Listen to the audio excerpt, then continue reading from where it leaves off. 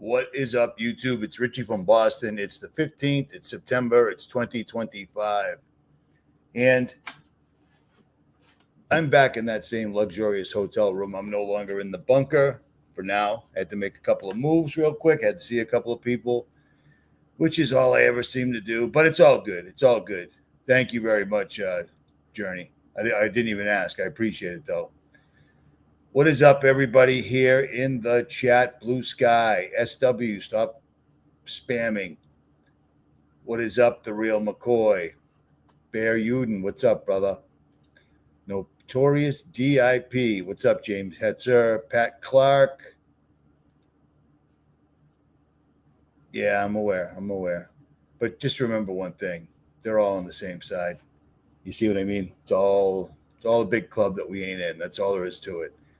Everything is a distraction. Everything is illusion, it would appear to be. What's up, Rob B? 𝗦𝗵𝗿𝗶𝗍𝗶, I think. Wendy Hoffman, what's up? I don't know how to say that. Ecuador, whatever. There it is. 𝗦𝗫𝗄𝗃 or whatever. Greg and Cindy LJ, what's up? Mike Google. What happened to Mike Google Eyes? There you go. Mikey Google Eyes. What's up, brother? Same back at you. What's up, Brockton? I got my nose broken in Brockton before. I know. Shocking, right? At any rate. All right. I got a lot to go through here. So let's go through. Let me show you this real quick. A little bit of housekeeping, I guess. But this website, where is it? Right here. As of today, Richie from Boston TV is gone. I am not keeping it up any longer. It's just a waste, an absolute waste. It was perfect because I could put anything up here, which I did all the time, completely uncensored, didn't get messed with, good to go, 5x5. But it's all coming to an end tonight because I am not paying for it anymore at all. It's ridiculous. Here, look at this. This is what it cost me to keep this stupid site up that nobody watches. You know what I'm saying? I make, there you go, $1,100 a month. And then look at all the fees and fees and fees and fees and fees and fees. And at the end, it cost me $442. So I have to pay $1,100 worth of fees plus four. Yeah, it ain't happening anymore. I'm done. I'm not carrying that anymore. There's no need for it. It is what it is. Pretty sad, but is what it is. At any rate. All right. Charlie Kirk, right? Charlie Kirk. Here we go again. This just occurred in the friendliest town to Freemasons ever in Utah, or the state of Utah. This just occurred. Shocking, shocking, shocking. One after another, over and over and over. They will not stop.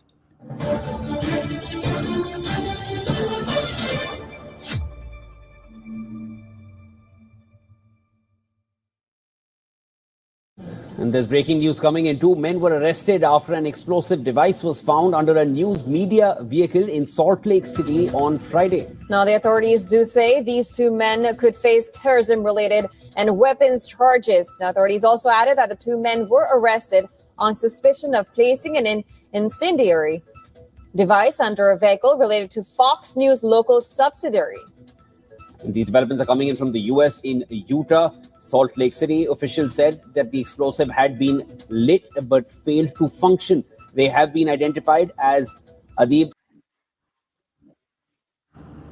They found the explosive device in Utah, Salt Lake City, an incendiary device. So it was probably a pipe bomb or some do-it-yourself or whatever. Who knows? Who knows? Because we'll never know the truth. We'll never know the truth from about a year ago, forevermore. You see what I mean? But I just find it really, really strange that some sort of a terroristic event happens again in Utah, because they just pulled one off. Might as well do another one, right? Happens again in Utah. So now we've got, well, I'm going to get to it. But boots on the ground. We have to. Plus, the way the media and elected officials and pretty much everybody involved is just stirring up this left-right paradigm. It's insane, man. This is absolutely crazy. I've never seen anything like this, but I did think this would be the final result. It doesn't matter what that event was. If you want to keep chasing your tail, that's the point of a PSYOP. They want you to look elsewhere. Nobody's talking about Trump completely turning his back on every promise he made during an election, and no one's talking about the Epstein files anymore, and nobody's talking about the genocide going on in the Middle East right now. Perfect. They're all worried about some dude. And here's another fun thing. 9/11, never forget. Yeah, unless, of course, one dude dies or doesn't die or whatever, because we will never know unless you bump into Charlie at some point. They have the flags at half-staff all across America from the 10th till yesterday. 9/11, yeah, we don't even talk about that anymore. You see how they're putting it down in the memory hole right now? The people that took over the United States, because that just happened. We saw that happen. We saw Peter Thiel and Ellison and Altman and all the little tech freaks at the inauguration with Trump. Do you remember what I kept stressing? He gave $500 billion to the richest 1% on earth, and they're all standing there. It's absolutely, utterly insane to me. I've got a lot of things open, but let's look at this, and I'm going to show you a couple of things. And I know. But let's look at this real quick. This is from Hustle YouTube channel. And just last night, the suspect was taken into custody at 10 p.m. local time. In less than 36 hours, 33 to be precise. For 33 hours, I was praying that if this had to happen here, that it wouldn't be one of us. I was amazed by how many people picked up that both the governor and the FBI director kept mentioning the number 33 in these press conferences. And I know you guys also remember how a guy shot up the 33rd floor of the Blackstone building and ended 4 lives. He goes up to the 33rd floor, which is route and management, and begins to walk the floor, firing rounds as he traveled. 1 person was struck and killed on that floor.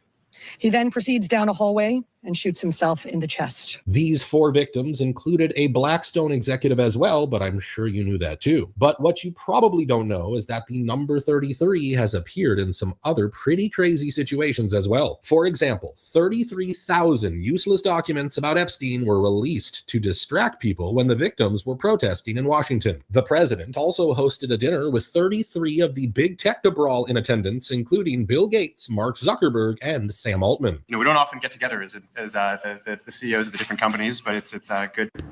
We don't often get together. You never get together in the White House. This is a declaration. These people have completely taken over.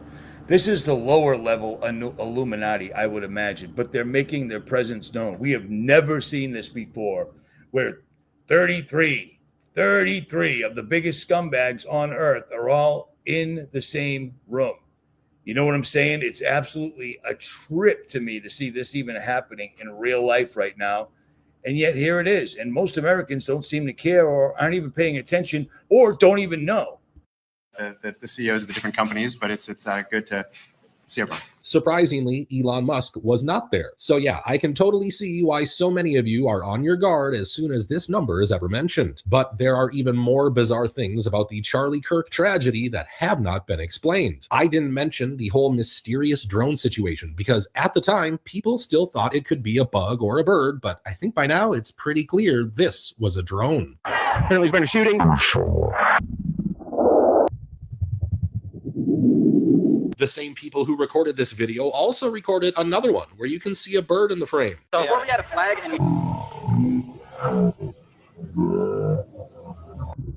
Did you notice a difference? The bird is flying in a random, more organic pattern, and we can see its wings flapping up and down. The drone did not have any of that. Now, people thought it could be a bug near the lens since this thing was flying way too fast, but that explanation has also been rejected since the object was spotted from other angles as well.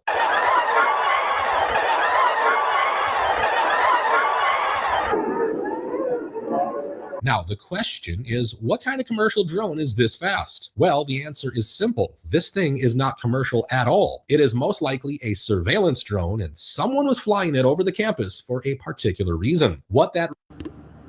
Okay, I left links for that if you want to watch that on your own. I'm not going to watch his entire video, but yeah, way too much stuff is just crazy out there. It's crazy.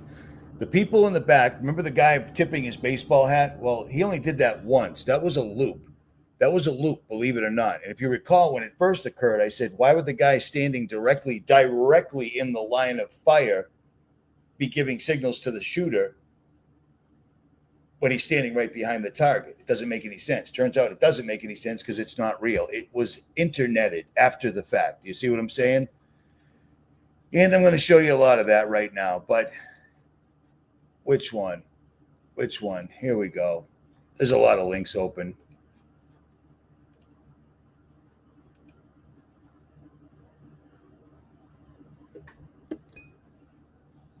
You see this one? Wait a minute. Oh, my bad. I just figured this out right here and now. Dude, this black dot was on his shirt the entire time. I just noticed that just now. The entire time he was speaking. Go back. Actually, stand by. Watch this. Watch this. Stand by. That was easy. That was incredibly easy. Watch this. Give me 1 sec. All right, here we go. This one. Let's watch this because I was looking at the dot on his shirt. It's right there. You see this? This is on his shirt the entire time. The entire time he's yammering, he's talking. And it's probably a DJI mic if I had to guess. The magnet on one side and the microphone on the other, but whatever. It doesn't matter. But you see the mysterious black dot that everybody saw? Well, there it is. And when he starts moving, so doesn't it. But on that, I'll digress, you know. Why kill a good conspiracy theory with what's right in front of you? But whatever. All right, here we go. Back to this again. My bad. There's the black dot right there. You seeing it? There's the black dot. Now watch. It simply moves. And when you speed it up or slow it down or frame by frame, it looks even more ominous. But it was there and it still is there.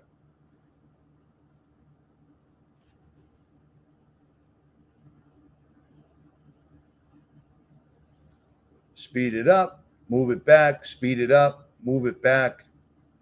The black dot appears to be under his shirt. Now, the ring on his finger, I couldn't tell you. I couldn't tell you because the footage that I originally got before, I got the footage right away from a tactical shop, okay? Somebody that he follows this stuff because security, tactical things and such are his job. He sent me this right off the rip. My ear's still blocked up, which is just insane, but whatever. And I didn't see any rings in it, but whatever. I don't know. You don't know what the internet's done after the fact. You know what I'm saying?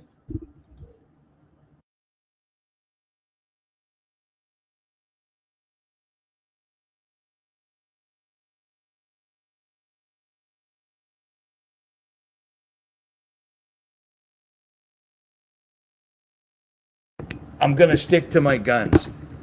It doesn't matter whether he got shot or didn't get shot. They're presenting it as such. It doesn't matter if the girl in the subway got stabbed or didn't get stabbed. It doesn't matter. People are wasting so much time on this, and that's exactly what the PSYOP is. Charlie getting shot right there in a real world where we had real government, real police, and everything wasn't owned by the Illuminati and these technical scumbag people. Nobody could ever get up on a roof to shoot Trump, but they did. No one could ever get up on a roof to shoot anybody in Utah, but they did. That's what they're telling us, but in real life, that could never happen. They're just doing what they got to do to make you do exactly what you're doing. Because look at this. Look at this video right here. This is insane because this is Absolutely nothing. And most of you with eyes to see should be able to see this. This was just posted right here, and it is crazy. See if I can find it. Stand by, stand by, stand by. Which one is it? You're out of here. You're out of here. Okay, it's called Look at This. Where is it? This is this right here. Look at this news break right here. 𝗦𝗵𝗿𝗀𝗱, and I want to share with you here one of the craziest clips I have seen yet connected. Okay, I can't take his voice, but see this guy standing in the crowd? He's putting his hand on his shoulder strap, and 𝗦𝗵𝗿𝗀 is intimating that he's got a pistol in his hand, a secret handgun, and he's going to shoot the minute the shoot goes off. He's going to shoot out of his hand. But as you watch it, you will plainly see, and most of the people in his comments have figured it out, nothing's happening here. But why not make it a video? Why not get 1.4 thousand thumbs up? You know what I mean? Why not? Why not? Nothing else to do. There's nothing like Epstein. There's nothing like the New World Order taking over the United States and the world right now as we speak. There's nothing like them passing bills to get rid of the dollar right now. Look at that. Look at that. Oh, look at that. That's a gunshot, according to, watch this. Watch this gunshot. Holy cow. Yep. He ducked slightly and moved his arm. Watch this again. Let's do this in slow motion so you can see exactly how much of a nothing this is. This is laughable, but it's nonstop. Nonstop. Watch this. Puts his hand on the rail. Oh, he just shot somebody. No smoke, no fire, no nothing, no nothing, no nothing, no nothing. Because you know why? It's nothing. And you know why it's nothing? Because none of this matters. The end result. If you were related to Charlie Kirk, if this somehow affected you, cool. And you've got nothing else to do, you're doing exactly what they want. This is a psyop. It's always a psyop. Once they labeled it with 33 numerous times, once the governor came out instead of the FBI director, he stands behind him like a little kid with his cross eyes looking around. Once they came out and labeled it, and once they gave us the story's completely just like every other story. But I'll tell you what didn't happen? There wasn't a great resurgence of 9/11 questions, because that's the newest major atrocity, because over 1 million people died because of 9/11. And the transfer of wealth, everything that's happening now was made possible by 9/11. And they wanted 9/11 off the chart. Never forget, until Charlie Kirk, and it worked. I don't care about Charlie Kirk, to be totally honest. I looked up some of his stuff, and it seemed like at the very end, he was definitely changing his tune. So for him to go or whatever works out perfect, because it shuts up people talking about Gaza Strip. It shuts up people talking about the Epstein files. People aren't looking at Trump so hard for completely showing his true colors 100%. And most people are just wasting their time looking up for little things that will never make a difference whatsoever at all. You need to pay attention to things that are happening right now, because things are happening right now. They're getting ready to pull the dollar under a thing called the Genius Act. And it is, well, anytime Trump names anything, you should know it's a bad thing. Big, beautiful bill, etc. But on that, I guess I will digress. But a lot of crazy stuff's going on right now. So let's get into this real quick, because once again, the government's like, look what China did. They're threatening us by showing off their military. China held its Victory Day parade in Beijing, marking the end of World War II, and they unveiled a ton of new military hardware. They rolled out, literally, because this was a parade and even aircraft were on trailers, laser weapons. Let me tell you, for everybody in the chat or anybody that watches this that's been in the military, take a look at what they're showing here. You're seeing a lot of hypersonic missiles and such. This is a channel called Task and Purpose, and all they do is quack about the military and how great our military is. But here's the deal. Here's the facts. First of all, China's our biggest enemy. China's an ally, just like Russia, just like everybody. New World Order. They all shut down the world for the same reason, and they did the same thing to their citizens, period. Never forget that. But these boys rolling out this technology, and with the amount of people that they have, this is insane. This is insane. And the reason I'm showing you this is while everybody else is paying attention to Charlie Kirk and people with secret handguns and drones in the sky and etc., our government just turned around. since Obama was in office, we decided our military was going to start encircling China and making sure China did what we said. Well, a funny thing happened along the way to band camp. After China did this military parade, our government, the Pentagon, put in paperwork to completely stop our military from messing with China 100% and turn their focus inwards. Do you know what inwards means? It means to us, inwards, boots on the ground, because they're getting ready to pull this at any given moment. Our government saw that parade, and of course, Trump's like, they're threatening us. Actually, China was celebrating the 80th anniversary of losing 23 million people fighting off Japan in World War II. Something you never hear about. We lost, 87,000 people in World War II? China lost 23 million, and Russia lost like 16 million because they're the ones that actually stopped the advance of the Nazis.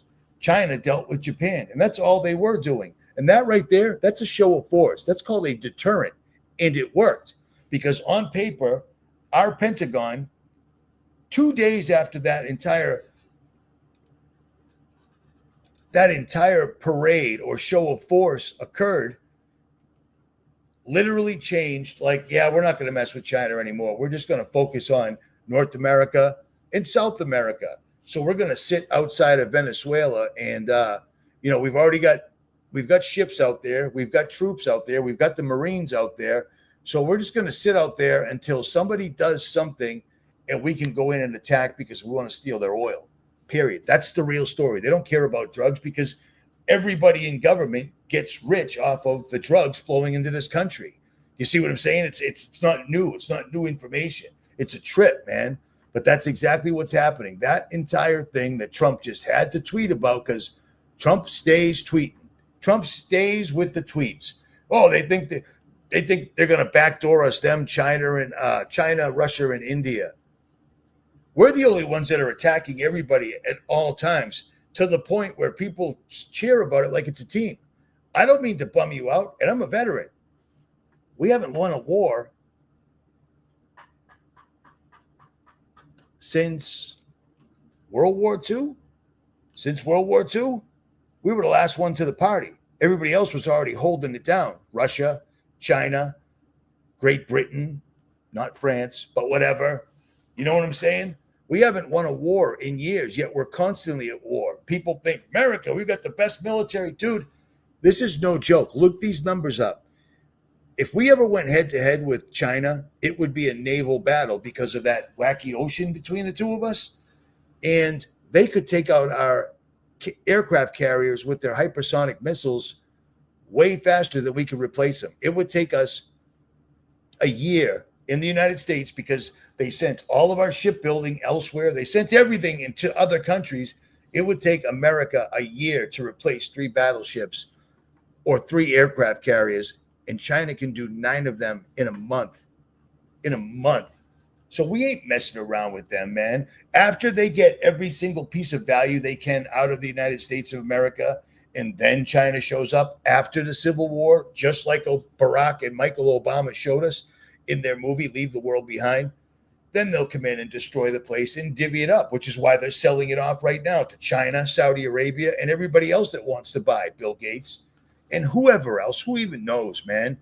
But it's crazy how many people are still fawning over this and pulling the threads. And this, I never said it was real or not real, but it sure looked real to me. And I got the footage before it started getting out there.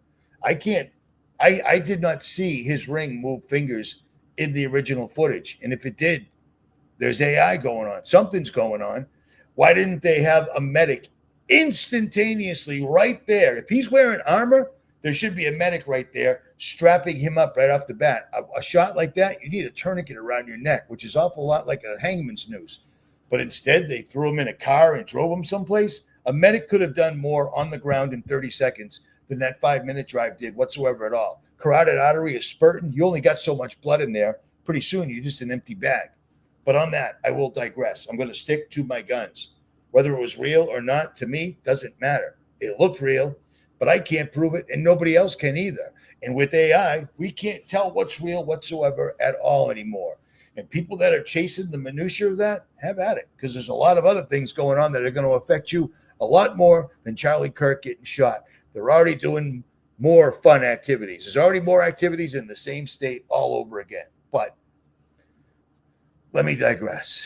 All right, here we go. Melissa is absolutely right. All predicted way before I was born. Yeah, me too, man. Me too. It's crazy. That's the main thing. Whatever happens next, do not comply whatsoever at all. Just do not comply at all. Yeah, I suppose, stranger. I suppose. You don't see me posting every 15 minutes, with updates just to get the motion on my channel. I don't care. I don't care. Well, the fun part is it's already, nor did I. It's already getting really ugly out there because you've got Charlie Kirk memorials where people are showing up, knocking things over. That would probably be crisis actors and Antifa or whoever it is. My phone. Here. Watch that.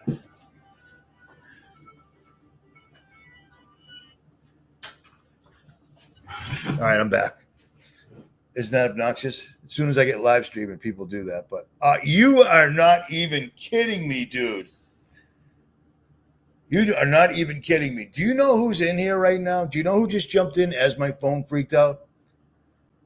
Will from The Truth is Stranger Than Fiction. I haven't had him on a live stream, and I'm going to say 11 years.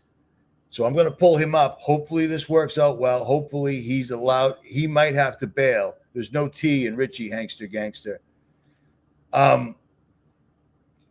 He might have to bail because of family obligations, but let's see what happens. Can you hear me? I can hear you, dude. What's up, brother? Good stuff. Right on, man. Right on, man. I am so stoked. Yeah, me too. No, I've been watching the clips, so I feel like I'm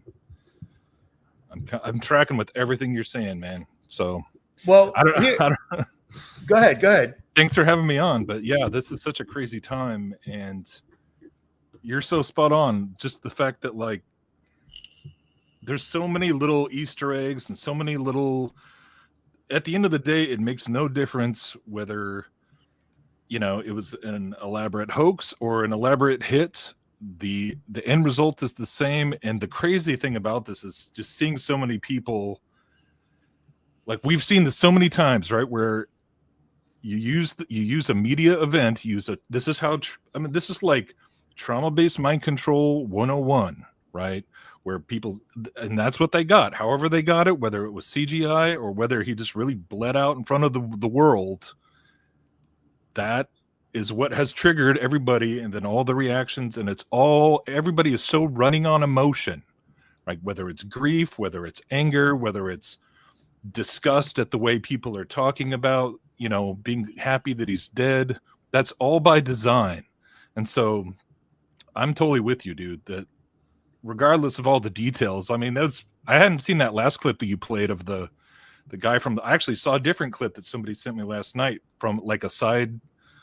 Yeah, I think it certainly wasn't a high-powered rifle from my perspective, but all that is kind of immaterial. At the end, it's all about the emotional response on both sides, like you said, the right-left paradigm, and they got everybody divided and everybody distracted and obsessed with the whole, with the whole thing. And meanwhile, the whole agenda is just moving right along. So I'm totally with you, dude.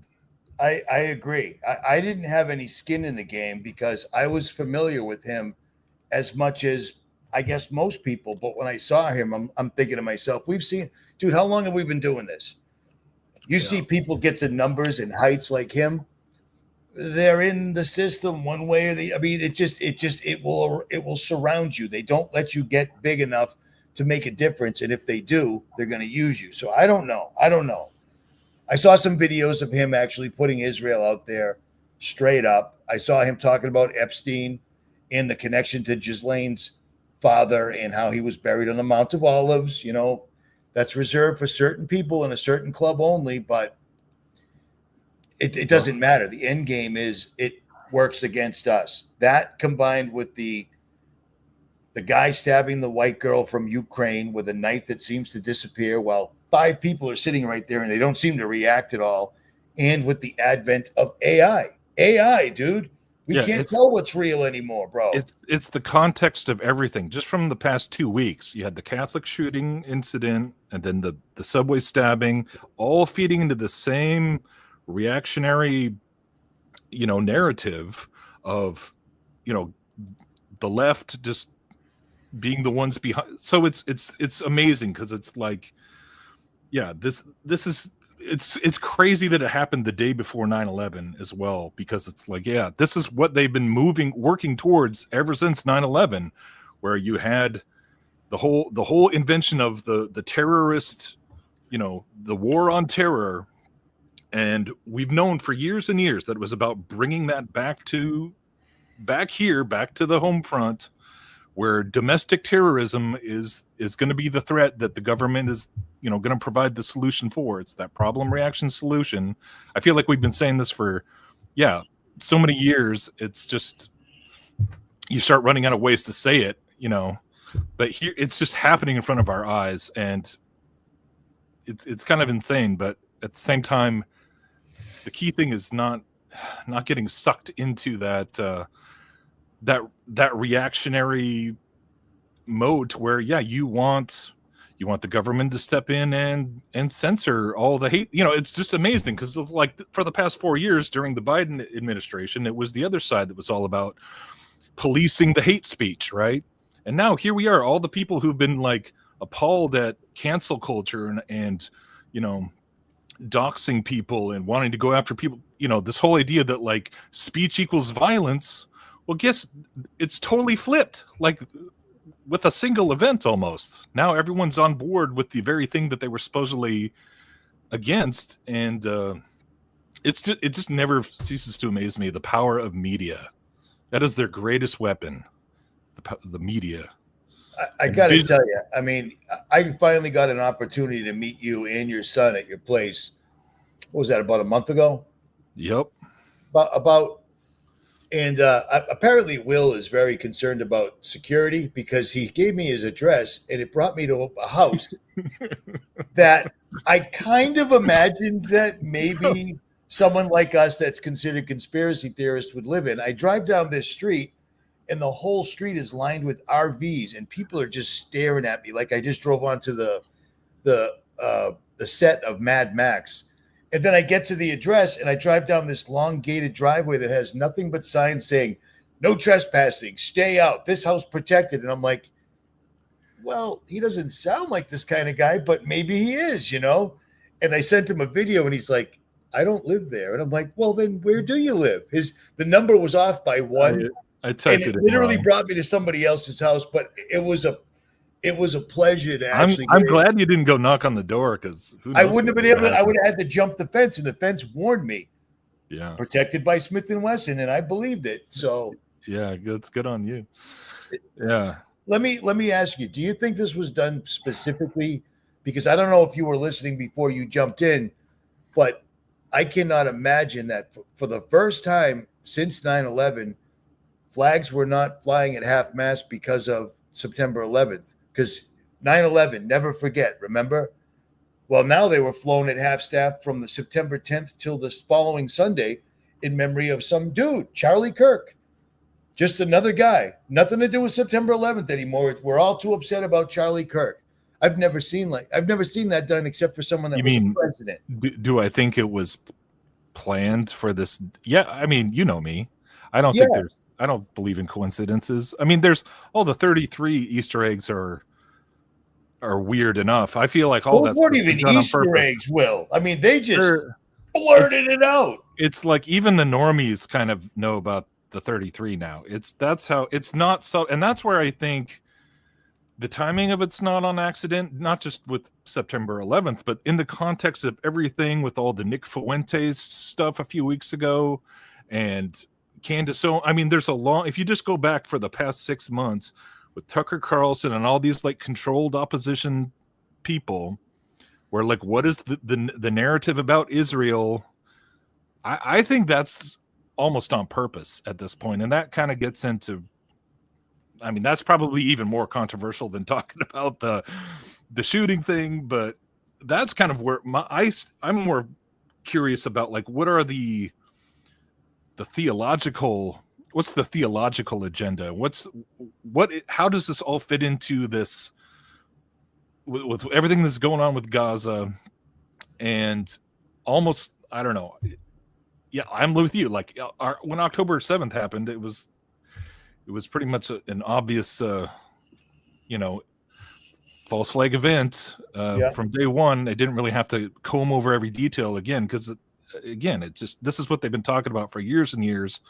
And of course, as soon as they got the Gaza emptied out, it's all about the West Bank and just rolling forward with all of that. So there's nothing really to, like, figure out. But the question that I have is, like, is this really kind of how they're basically going to try and play out the Christian Zionist, playbook, if you will? Because I no longer believe in Zionism, even though that's kind of what I was raised around. But that is the whole narrative that is fueling this relationship, this perceived relationship between America and Israel, and kissing the wall and all this stuff. And now it's like, yeah, they're making it so obvious and so egregious that's kind of the part that I wonder about, like, how that's going to play out in both geopolitical and the implications of a potential World War III, but also just in terms of spiritual deception. And that's the part that I think is most important, because I feel like it's real easy for people to get fixated on, you can either blame the left, or you can blame the Jews, or you can blame the Zionists, or blame, you're looking for an earthly enemy rather than a spiritual enemy, which is what the Bible talks about. And that's, I think, that's the part that I keep coming back to more and more lately, is all of these psyops are ultimately designed to get you fixated on a human enemy. And even though there's all this stuff that's coming up with the panopticon and the digital, the digital dollar, or the digital whatever, maybe it won't be the dollar, but the digital system, this is all, that's all a means to an end, is kind of how I'm looking at it. And so, yeah, being prepared, being prayed up, and just not getting caught up in trying to, fight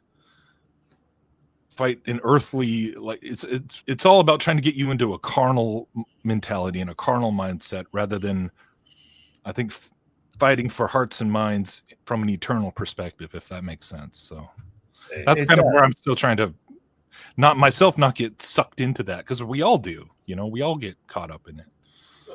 I've never seen people get sucked into the minutia of this so bad. You know what I mean? Yeah, if somebody's not a mod anymore, there's a reason. Okay, all right. I'm looking at. I can see the comments. Let me just put that out there real quick. I'm well aware. But see, that's a good distraction. I appreciate that. This right here. So prior to this, just days before, China had their military army, and of course, our government's like, see that? They're threatening us. China's like, actually, you just did the same thing when you became president, which you've never done before. And we're actually doing it because it's the 80th anniversary of us losing 23 million people in World War II. Something no one ever even talks about. You know what I'm saying? China and Russia lost a lot of people fighting that war that was funded by both sides, but whatever. We don't talk about that either. Right. 2 or 3 days after China's parade and Trump's little kid tweets, his Elon Musk-esque tweets, look at China threatening us. Where are your pals, backdooring us, Russia and India or somebody like that. All of a sudden, the Pentagon stops their plan that Obama actually put in place to kind of encircle China, to get ready in case they ever got too big for their britches. Well, the Pentagon just dropped that completely, and now they're focusing on the homeland. So our military is going to focus on us for now to keep us safe, Will, because it's all about peace and safety at the end of the day. You know what I mean? Did you see that? Oh, man. Did I can't remember. Yeah, I saw that. Dude, the weird thing about that parade, the Chinese parade, I feel like some of those what was it, the hypersonic missile, and it was like that stealth. Some of that stuff just looks like models to me, like big giant full size. You know, how much of this stuff is even real? I don't even know, but well, a lot of that stuff is very real. A lot of it's very real. I looked at it as well, and I would imagine some of them could be fake, but these are the guys that make everybody's weapons. You know what I mean? So I was looking up the statistics on a couple of military channels, which I was showing right before you came on. And it said if we ever went to war with them, it would be a naval war because of the ocean. And with their hypersonic missiles, they could take out our 9. We have 9 airborne. We have 9 aircraft carriers. And it would take the United States a year to rebuild 3 of those because we don't have any shipyards. We got rid of those pesky things. We don't need those anymore. And China could replace 3 of them in a month. Oh, no, I'm sorry, 9 of them in a month. So they could outpace us all day, every day. But at the end of the day, China locked down their entire country just like we did, just like every other country. And I can't get away from that because they must. I mean, how did we know it wasn't real? But none of those countries knew it wasn't real. They're all in this together. You know what I'm saying? Yeah, absolutely. And I think that's what's weird is that, you know, since COVID, there's kind of no excuse because we'd never seen anything like that where it's like every country that we disagree about all this other stuff, and yet they all were lockstep with the same protocols and the same. I mean, there was a few countries that were, what was it, like Norway or something? Maybe there was a few that were not quite as intense, but Russia locked down. Israel was one of the worst, right? They had one of the highest injection rates of the whole world. Well, that's what they told us, at least. Yeah, but yes, that's what. That's a good point. I mean, I wasn't there, so I can't verify that myself. But you know, since COVID, it's like everything has been accelerated, and then just the fact that, like, if you really step back and think about what are the odds that suddenly AI is released in 2022. Or the large language models, you know, they use the word AI for everything, but yes, ChatGPT and all this stuff just suddenly pops up right after, you know, everyone's been locked in and everyone's using Zoom and telecommuting. I mean, this is not a coincidence. The timing, it's like it was a plan.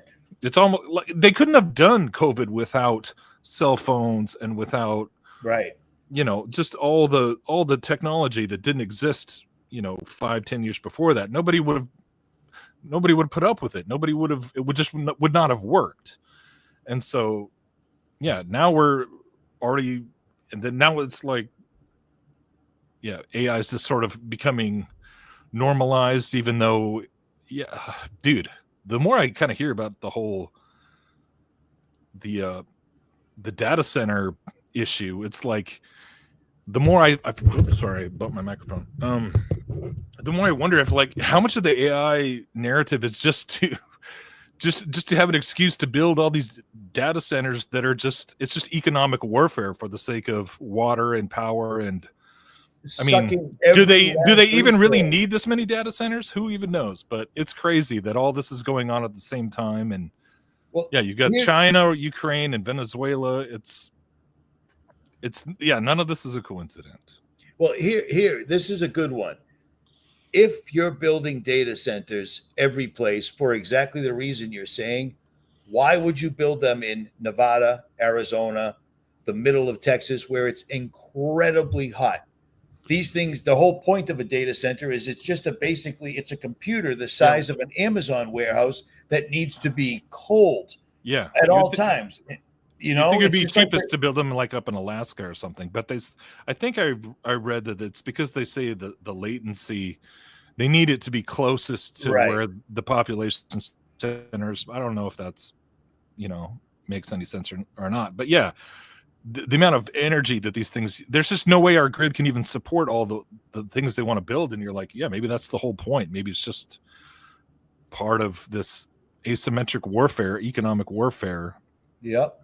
And it's already hitting. It's not in the future. It's already begun right off the bat. Oh yeah. I sat down with somebody this weekend who's been building data centers and didn't even know it for the last 10 years. For 10 years they've been building these things. They just get subcontracted by somebody else. They build them under a code name every time, and all they're doing is building a steel frame for it, basically. You know what I'm saying? And then after the fact, everything's compartmentalized, and they have people come in, and people aren't allowed on the property, but it's already occurred. It's already happening, because I've covered the fact that everyone's electric bill is going up by. You're going to be shocked at this. Everyone's electric bill is going up by 33%. And their water bill's gone up by 11%. And some people can't even get water out of their taps because of these data centers that are just taking all the resources. It's like they're sucking every last worth thing of value out of the earth before they make sure they set off the Civil War. And it looks like they're trying to set it off now.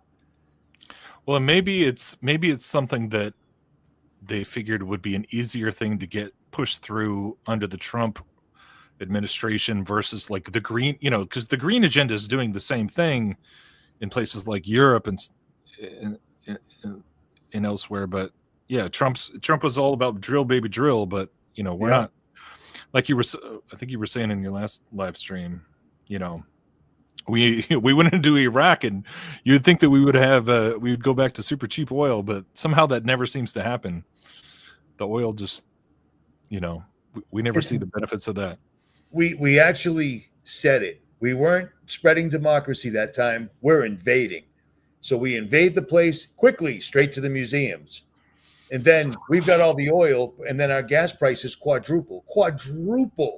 And people are like, America, like we're the best. They're not paying attention. And someone just said, pay attention. Yeah, Venezuela. They gotta get their oil out of there. That's all it's about. Did you see our military just nuke judge, jury, executioner? Oh, it's a drug boat, and they just light it up and kill everybody on board. That's not a good precedent, man. I haven't seen the footage of it yet. Say it again? I haven't seen the footage of it yet, but it's an incendiary device of some sort. When they hit the boat, then it went up.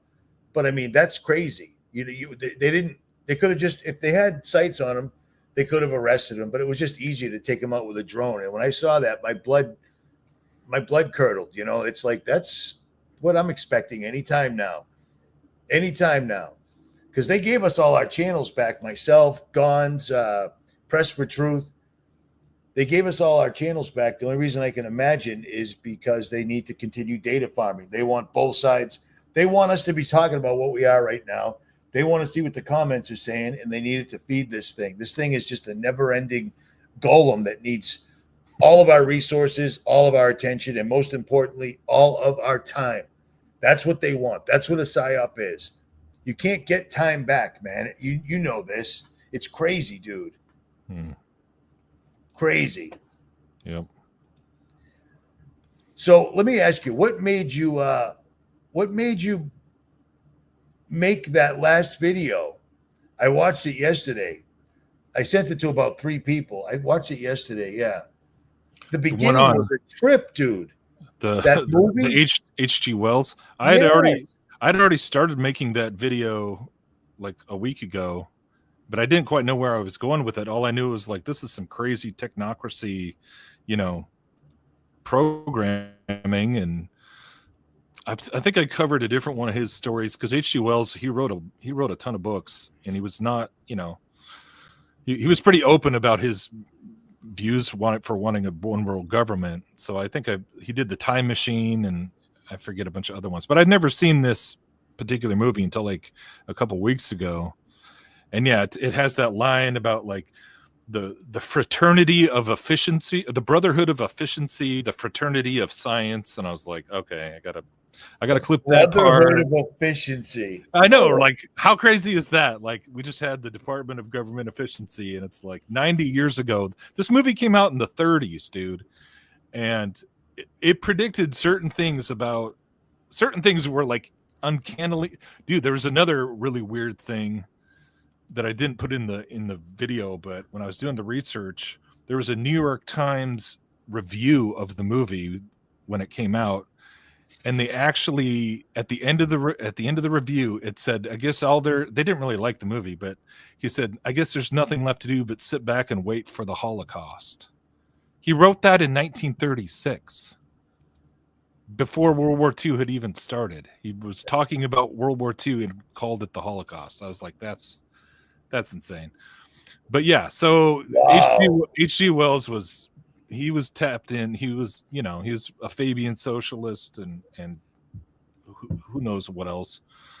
But yeah, I just thought it was fascinating because of all. It's just you can see how it's like technocracy, transhumanism. At the very end, it's all about we're going to go to the moon and explore the our destiny as humans is just to like conquer all the laws of physics and space and time, basically become gods. And I was like, oh, this is fantastic, just because it's one of those like out of their own mouths, out of their own sort of propaganda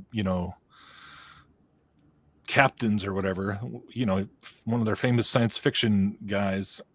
It's basically like showing you what the real message behind space travel is, which is transhumanism. And I've been talking about that for years. So, and then the Charlie Kirk thing happened. I was like, all right, yeah, technocracy, digital surveillance. I guess I'll just kind of combine the two. And so that's what happened.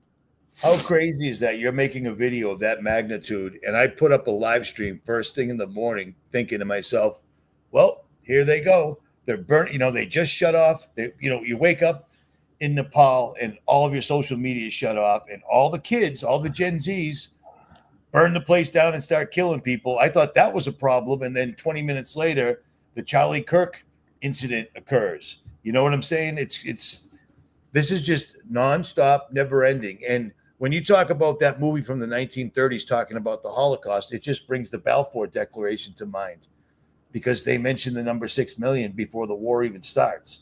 Right. It's crazy. It's crazy. But you talk about stuff like that, and you might get taken out or CGI'd or AI'd or what? Who even knows anymore? Oh yeah. Well, that is like you said, it's so. The whole AI thing now makes it both ways, because it's like, before I finished doing that longer video, I was, I had gotten some video from some friends, and I was definitely seeing the ring moving from the ring finger to the pinky finger. Yeah. Along with and to me, it looked like the dot on his shirt moved and up to his neck, and it was like the same dot somehow became the wound.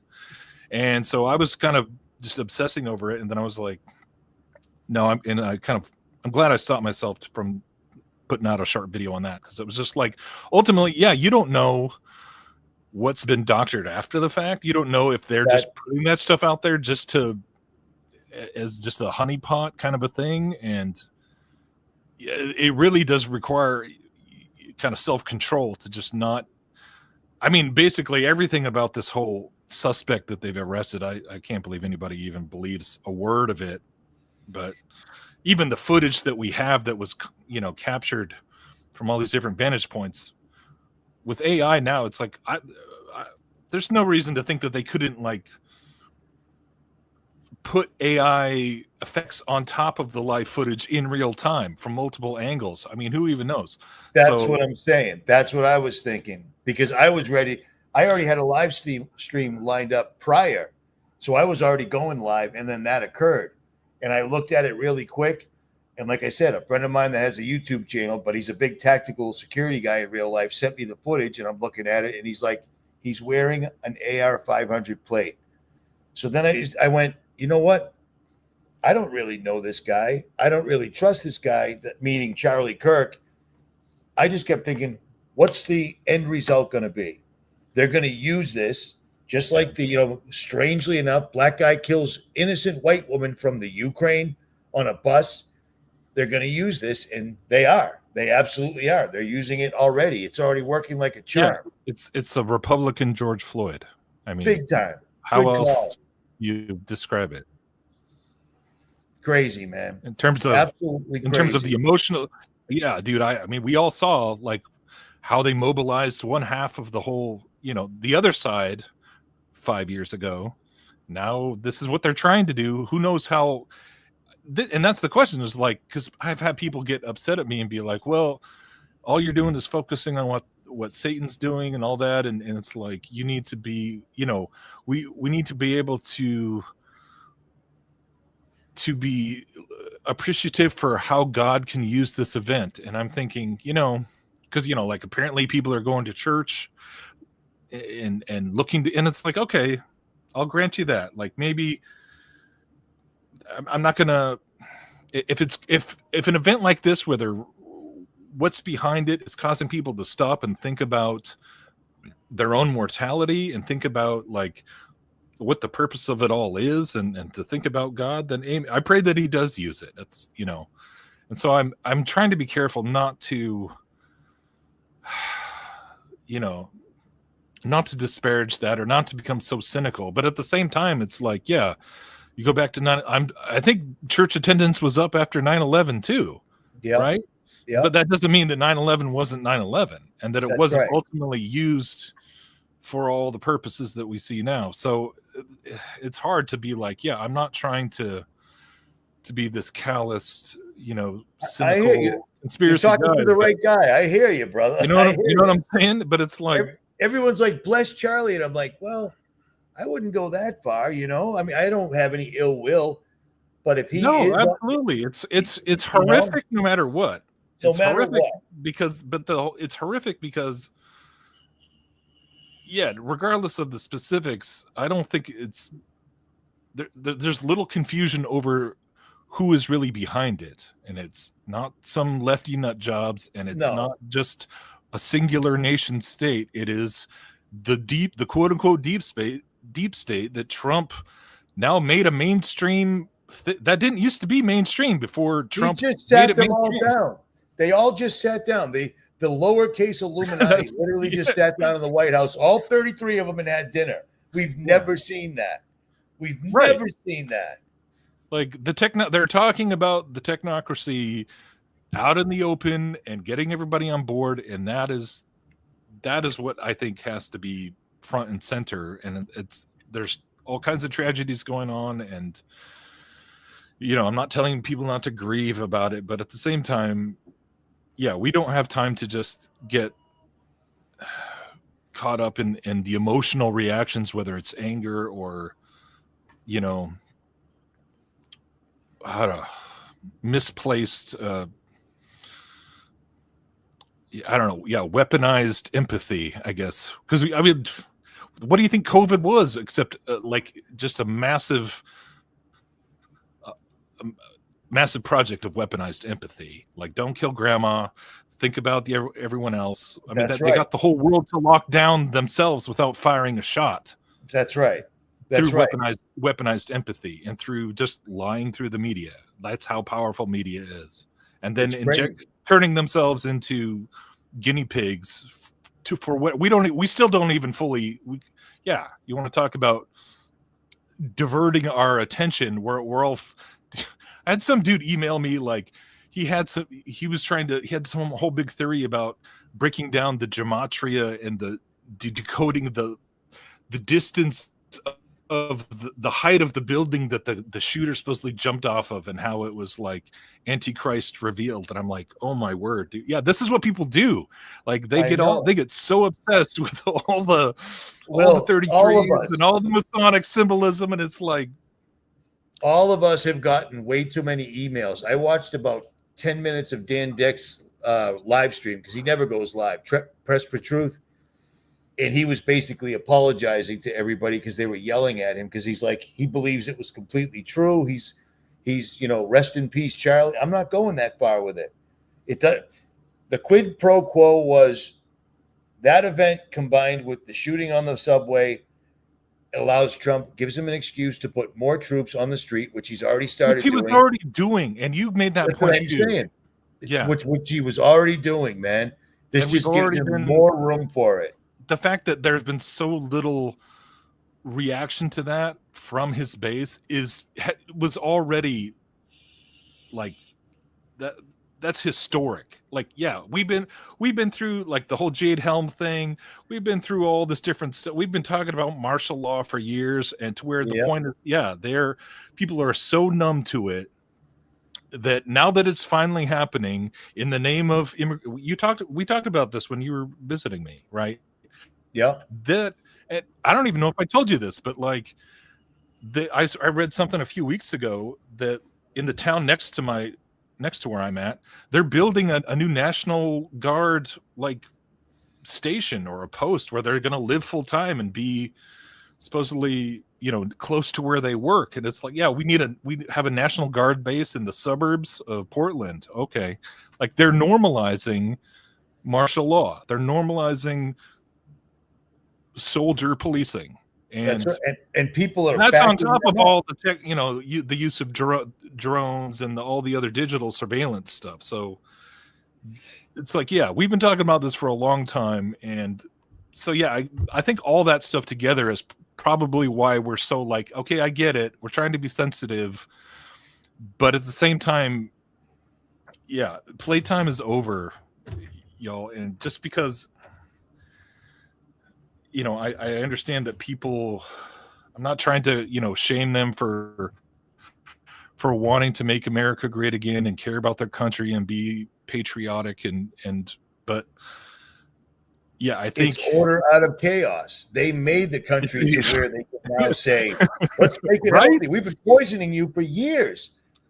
And and people have been warning you, we've been poisoning you. We've been doing a terrible job on crime on purpose. We've been flooding the country with drugs on purpose. But now we're going to fix it, but we have to use the big stick now. And everyone's like, well, that seems reasonable. And they don't get it. They just don't seem to get it or don't want to get it. Because I understand hope it's a powerful thing. They hope Trump's going to fix things. Trump is one of them, man. Yeah, if you take nothing else away from what we're talking about, is like Trump is. If you're still trying to put your hope in Trump and think that he's keeping his enemies close, I had people literally telling me this in the comments. Me too, brother. Me too. I still want to think, and it's like you need to let that go, because otherwise you are being ripened for compliance with whatever the next thing is. And who knows, but it's hard to not think that, like, yeah, the next big thing will not be just another fake pandemic or whatever, but it will be the big financial reset, which is like the Genius Act. The stable coin. It's like we've been tracking all this stuff, and it's all we're right on the doorstep. And Putin came out and ratted him out, because I think all the entitled Western American or Western elites are going to try to reshuffle. They're going to dunk the dollar. They're going to revaluate gold, and they're going to try to lock a bunch of their partners out because they're scumbags. They have to do that. And Putin kind of mentioned that. Like, these guys are getting ready to completely put up this make-believe stable coin and drop everybody's bank accounts to zero, reevaluate the gold to where it belongs, because it's only at $42 an ounce. Gold's at $3,500 right now, or something to that effect. Yeah. They're getting ready to do this, and in order to do that, you need troops on the street. So now they're making the circumstances where they can put troops on the street. It's like whatever the reason is. I mean, it's hard to think of what else it would be other than a complete financial collapse / reset. But they're putting these troops on the streets, city by city, for a reason. They're putting them in place for civil unrest, and you need to be ready for that, and not just thinking that you might not have to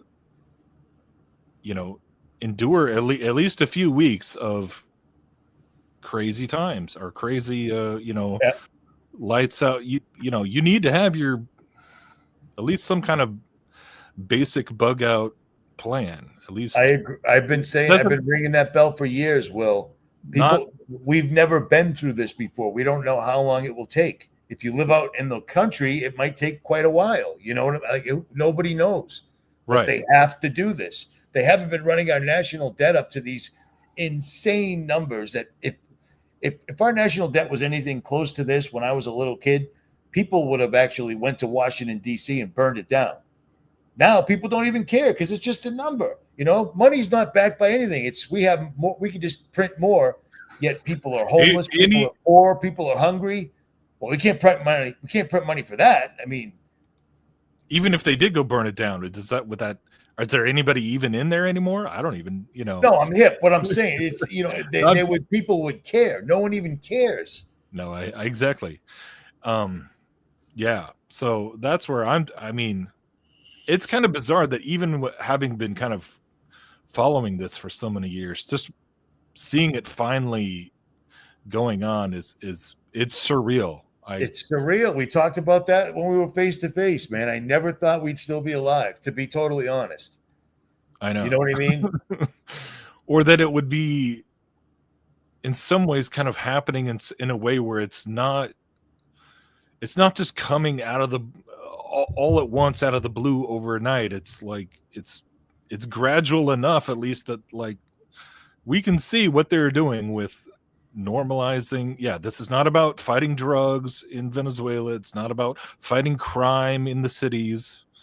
It's not about deporting immigrants. Those are all pretexts, and that is an important thing to understand, that like the government is not doing all this for our benefit, and that's not a popular ear-tickling message for people, right? And I'm not trying to tell you like how to live your life or how to prepare, but just I think it's more about mental and emotional and spiritual preparation for whatever God might have us go through. And this gets back into theology and eschatology, which I think I actually got more pushback in my previous video talking about eschatology than I did about this whole false flag event, or whatever kind of this whole tragic event, whatever you want to call it. The last video you did, people are probably going to have to watch twice. And to be totally honest, when I watch your videos, I always watch them twice, because you get pretty deep, you know what I mean? And I don't have the attention span. So, I mean, without a doubt, I watch them twice, and I always share them. You know who I share them to. You know exactly who I send them to. So I'm trying to keep the rock music within reasonal limits as well. But oh no, dude, that's the part of your. It's all good. That's I don't know about that. No, I'm just saying that because I always get some pushback for that. But that's just how I. It is. That's how you paint, brother. That's how you cook. That's how I was just there we go. Before we went live, I was on the phone with somebody that we both know, and I said the same thing. I'm like, dude, I can make a video where I can turn my music down as I'm getting ready to speak. I said, but Will can make the music rise like a movie, and then he'll put the president inside a Christmas ornament and make it look right. And I'm like, I don't know how you do that. So don't stop what you're doing. Don't stop. I don't think I'd still be doing it if I was just wasn't able to try and be creative with it. And that doesn't mean it always works, but I think it's just, I don't know. It's my own. It's how you cook, brother. Don't ever apologize for it. Yeah, I know it's not everybody's. It's not everybody's cup of tea. I get that's the thing. It's like I understand. Not everybody. You're also being shadow banned. I told you that when I was at your house. You're without a doubt being shadow banned. They're not letting your channel grow, and you never crack 20,000 views. It's ridiculous. Because I repost your video and it gets more views than you do. That's shadow banned. Yeah, that's pretty weird. But yeah, dude, I appreciate I've actually had a lot of people, coming by and saying they're checking out my, my older videos, and it's been pretty cool to just kind of be seeing a bunch of new faces. Like after you mentioned one of my videos a few weeks ago. So yeah, dude, I appreciate it. And it's all good. I have people all the time because the notifications don't work, and people are like, where have you been? And I'm like, I've been here. They're about once a month for a year or two, and no, you've stepped it up, man. I'm coming out about once a week, so I think that's gonna help too, because people are busy. So I was trying to do the same thing. I was trying to catch the algorithm a little bit on Jailbreak Overlander, because it's the only channel they've ever let me monetize. Just as I got 3 videos scheduled to upload, Charlie Kirk happens. I post a 20-second short on Jailbreak because I thought it was important. But it I watched- showed the whole thing. And then my comments are like, so you trying to get this channel taken down in record time? And I'm like, I pulled the video down. 2 hours later, YouTube hits me with a takedown notice. And I'm like, you took a video down that I deleted 2 hours ago? How does that work? So I'm in trouble for a week now. Oh, good grief. So I'm trying to fix the algorithm, and I get a guideline strike. So that doesn't help ever. But you didn't. But did you say anything that you didn't say on your RFB channel? No, I put it on Jailbreak because I figured it would reach more people. I thought it was important. It just happened, you know. So they monitor that one differently than your other channel? Yeah. Dude. Yeah, I can say whatever I want on RFB, apparently. I can say whatever I want. I've said gays, I've said Jews, I've said it, you know, I say whatever I want. Oh, yeah. That's they're data farming. I'm familiar. I The get monetization changes it. so much, I think. And that's when you see people That's probably the only reason I even still have a channel is that I never monetized. So, you know, that's crazy. But yeah, man, I'm glad for whatever reason. I'm glad that you got your old channel back, and you know, hopefully you keep going with the Overlander one too, because I was glad to at least see that up in the interim. But yeah, that sounds like what you were talking about earlier, your private your website. It's just not. It doesn't even Boston TV.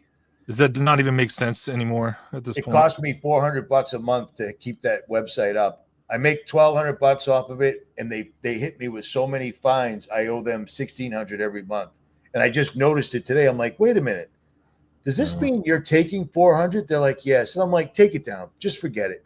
It's not worth it. I never pushed that channel when my channels were still up because I never got my big channel back. That was the channel I wanted. They will not give that channel back. 3,000 videos are up on that. And I never pushed RFB TV because I didn't want to charge people $1.99 a month. I felt like I was ripping people off. Turns out I should have said something. But it is what it is. What are you going to do? Well, man, I'm just glad that you're still. I mean, that was what was so cool, man. Just meeting you in person, and just it was great. We were just reminiscing, like over all the stuff that we've kind of now seen happen since we were, you know, first talking, whatever year that was. And I think it was about. Does this make sense? 11 years ago, because I didn't even know how to do audio. Our audio was terrible, and then I got mad at you. And I didn't talk to you for 5 years, which is normal. I think I probably deserved it though. I said something snarky in a comment, and so I don't know if you did though. I don't know. No, I'm pretty sure I did. I think. All right. Well, that'll do it. Yeah. No, I pushed a button for something, but that's the thing. It was like after all the COVID lockdowns, and then you were like commenting on my channel again, and I was just like, I was so happy to just see. Like in the midst of all these different things that people have reacted to, and it's like, for better or for worse, man, it's like, you know, you have kept your eyes on kind of the big picture and not gotten sucked into all the bull crap and chasing views and chasing trends and chasing like, oh, what's everybody going to want? Because you know how it works. It's like, I know exactly how it works. You know what what's going to get, you know, the biggest appeal, and you aren't going there. And so that's what I think has just been so refreshing, is that, like, you know, you're not sugarcoating stuff for people, and you're not, you know, we don't agree on everything per se, but I feel like on the stuff that matters. And yeah, man, when you got baptized was it earlier this year?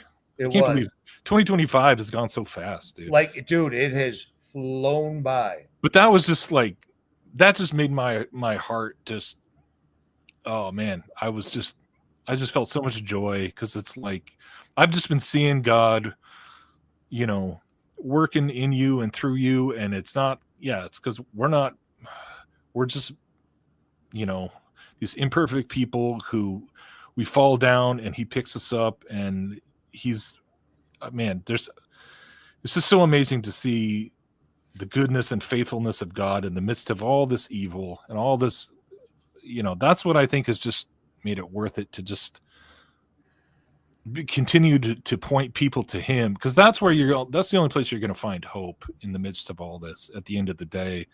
And we don't know how much time we have. And so, yeah, like if this event helps people stop and think, like, you don't know when your last day is. And, you know, we should be living every day as if, you know, it could be our last. And we should just not be so obsessed with clinging to the things in this world that we're, you know, you're not going to take it with you anyways. So how do we use the resources and the blessings that he's given us for the time being to, you know, to bless other people, to try and protect other people, to try and, you know, free people from the lies of this world? Then, you know, there's what else, what better thing could we be doing with our lives than just, you know, giving it back to him? And yeah, I think it's just so awesome that you're able to drive around and meet different people from all over the country and just encourage them and really kind of be an example for like how the most important thing that we can really kind of develop in terms of surviving and dealing with whatever may be coming down the bend is each other. And that's the resource that I think, if you're going to talk about earthly resources, then that's the biggest one after knowing God. So I agree. And we were talking, you just mentioned that 2025 has flown by. It has flown by so crazy fast. And things like this, I think some people took it wrong based on the comments and emails. It's not that I don't care about the event. I do. But I didn't know the guy. And if I did know the guy, chances are I'd be like, how come you aren't going hard in the paint, dude? You've got the audience. So I'd have a problem with him right off the bat. But all I wanted to see is I already saw that they started doing this. I already saw that 2025, right out of the gate, Elon's car blows up in front of Trump's tower. Day one, the guy is burned beyond recognition. He's a special forces military guy. He was burned so bad they couldn't recognize him, but fortunately they found a passport right there with all his information, so they knew who it was. And I'm like, wow, that's one hell of a calling card. They want you to chase every single solitary thread, and yet people have to understand it's fun to do it. It takes up your time, but that's all the social media is supposed to do. It's to suck up your time that you can never get back, ever, ever, ever. We don't know. I mean, live your life like tomorrow's the last day, because one of these days you'll be right. I think Sinatra said that, but it might have been somebody more more fancy. I don't know. He might have said that. Yeah. Wow. At any rate, what do you got? Anything? You got any burning desires here? Anything you want to cover real quick while we're here? Oh man, I gotta admit, I'm ready to just. I need a break from the. I've been pretty plugged in because I was making that video and there was like stuff coming out that I didn't even have time to look at. But like, yeah, it's hard. I feel like I need to just go take a day and, you know, be in the woods. Do you feel guilty when you stop paying attention to the New World Order's progress? No. Good. Because you were saying earlier, you know, that God's guiding us, things of that nature. But I'll tell you what, before I did this live stream, before I do any live stream, I pray. And I pray to God, please help me in word and deed. And whatever happens, no matter what I say, no matter how stupid it may be, please let me glorify you. You know, The world hates us for this. Our family doesn't like us for this. Doing this stuff doesn't could have picked a whole different genre. You know, we could talk about other YouTubers and make all sorts of money. No problem. YouTube, they'll give you millions of views for that. Dude, all you have to do is talk about Disney, talk about Star Wars. I could be, it's like you not can talk that hard. about how come Star Wars hasn't put out a new movie. You can talk about how come Star Wars' old movie sucked. I saw your video, and I'm actually familiar with that. How grown men our age are complaining about Star Wars. I can't get over that one, man. That's the thing where it's like the amount of energy they spend, the same amount of energy fixating on things that they know are made up. Yep. And it's like, if you're going to do that, you might as well at least, turn that attention to the things that are even supposedly real in terms of, but no, you're going to be mad at like the entertainment world and this whole escapist fantasy. It's mind-blowing, dude, how many millions of people are watching videos about all that stuff every day. Yeah, and that's all part of the Matrix and part of but that's just like one sliver of it, right? The internet is a trip. It's a trip. You can't even wrap your head around it.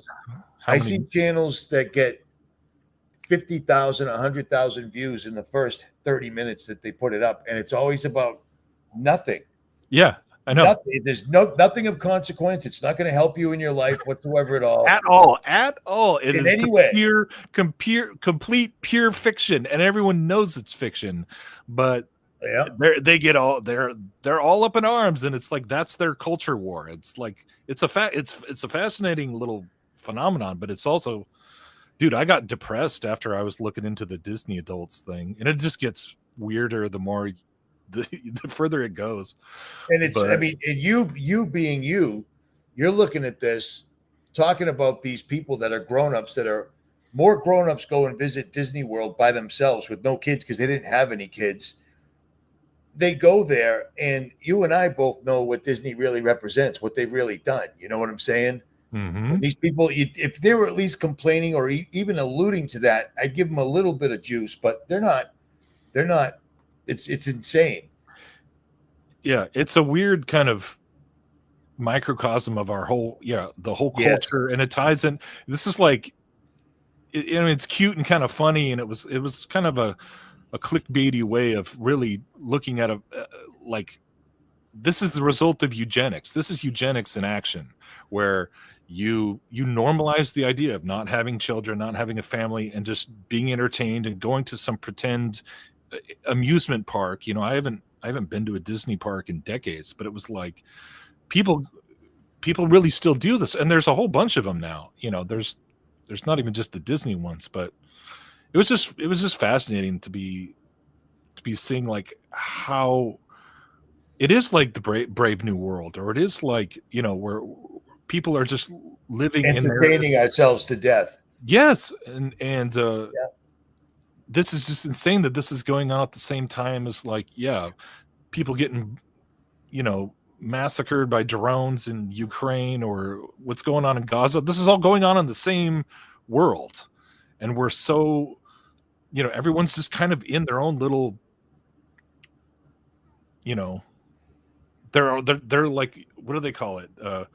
Main character syndrome, where it's like everyone's the star of their own show, and I feel like the internet in general kind of did that. Yeah, where it's like, oh, I'm the star of my own show. I have my own podcast. I have my own thing, and it's just everything kind of revolves around me and my social media, existence. And they made so many people. They made so many people that weren't offering anything of value whatsoever at all, except jumping around or doing something stupid. They made them millionaires. Yeah. It's astonishing how many people I've seen, like Rumble offers them $100 million to stream.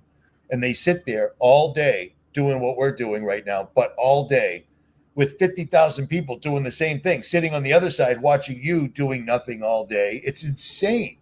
Or like, I could never understand like watching somebody else play a video game. Like, I don't get it, but it's a huge thing, dude. But I guess that's how old we are. I guess. Old and, it's bizarre. But I'll tell you what. One thing I was going to do if you didn't come on, I found this guy, and his name is Professor Wan, Jiang, and he's a professor, hence the name, and he's from China. And he's got a video. He's got a bunch of videos, but he's got one that calls Israel wants to unite itself by breaking the world. Is he the one talking about the secret societies and the? Yes. How did you know that, dude? I've seen this dude. I watched his video, and he said the same thing I said. He said Israel is just in the background, killing people. It's a blood sacrifice, especially the children. They're doing it for a reason. to raise up the New World Order, to bring in this complete beast system, they need blood spilled at all times. That's Israel's job. And fortunately, Charlie Kirk's death just completely memory hold Israel. It just memory hold 9/11, and it just memory hold the Epstein files for now. Not that they'll ever come out. No one's ever going to get in trouble for that. But go ahead. You knew this dude?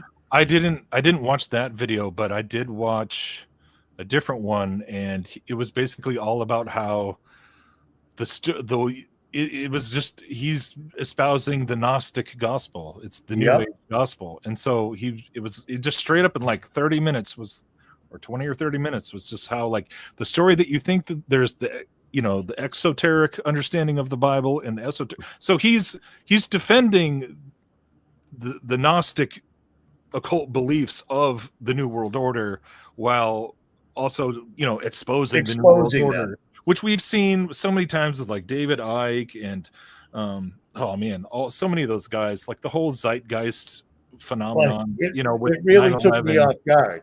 But he came out of nowhere. I only kind of saw him like a week or two ago for the first time, and he's getting tons of views, but it's all the same thing because people they get their whole paradigm shattered, and they're like, dude, with after COVID, there's a whole new wave of all these people that are waking up to this stuff. And so just like people with 9/11 and with whatever else, they're in that prime receptive state of like, everything I thought I knew was a lie. And so that's when the New Age false teachers come in, and and they seem like they know what they're talking about, because they're talking about all the conspiracy and the one world order and the world government, and especially Israel. And that's where I think, this whole coming back to the Israel and eschatology thing, I think this is all by design, and I'm not quite sure how to articulate what the end game with that is, of basically throwing Israel under the bus. And they're basically the bad, they're the bad, the black magic versus the white magic kind of it's basically that whole, I found him today, so I was going to discuss it in this video, so I wasn't catching any of that yet. It takes me a couple of times, like I said earlier. He's got the very colorful thumbnails with like the all-seeing eye and stuff, right? I've only seen a few of them, but the one on Israel really got me, because he said Israel's putting themselves in this position because it's the river theory. If you're losing a battle, a general will always back the troops up to a river. So it's either you fight to the death or you drown in the river. And he said that's what Israel's doing right now by openly killing children and going, hey, what can we do? What can be done? Professor Zhang, I'm pretty sure this is the same guy I'm talking about. Yeah. Professor Zhang. No, it's definitely the same. Professor Zhang Clamps. The Secret Gospel. That's the one I watched from 7 days ago. So what's so secret about these secret societies? On his clips. Can Will come back? Well, it's up to Will. I've invited Will here a bunch of times, but he's got a lot of activity at home to deal with. So I'm just glad you're here now. Yeah, so. no, I appreciate your patience with me, because I've been wanting to do it, but I'm in my garage right now, actually. So it's all good, man. It's worked. It's been working good, and it's just more of just the time difference, and if the creek don't rise and the good Lord's willing, and I mean that literally, I will be making my way back to your area again. So I'll swing back through. I'll obviously let you know, but I hope you do, man. I will. I'll try. And now you don't have to go all the way to whatever part of Portland that was. What are the odds, dude? What are the odds in a million years I go to the house that's one number off, and it looks kind of like this is where a conspiracy theory one number off, but it was in a totally different county. So it was my bad. It's all good. It's all I felt good. Terrible. He was so cool about it, but I felt terrible.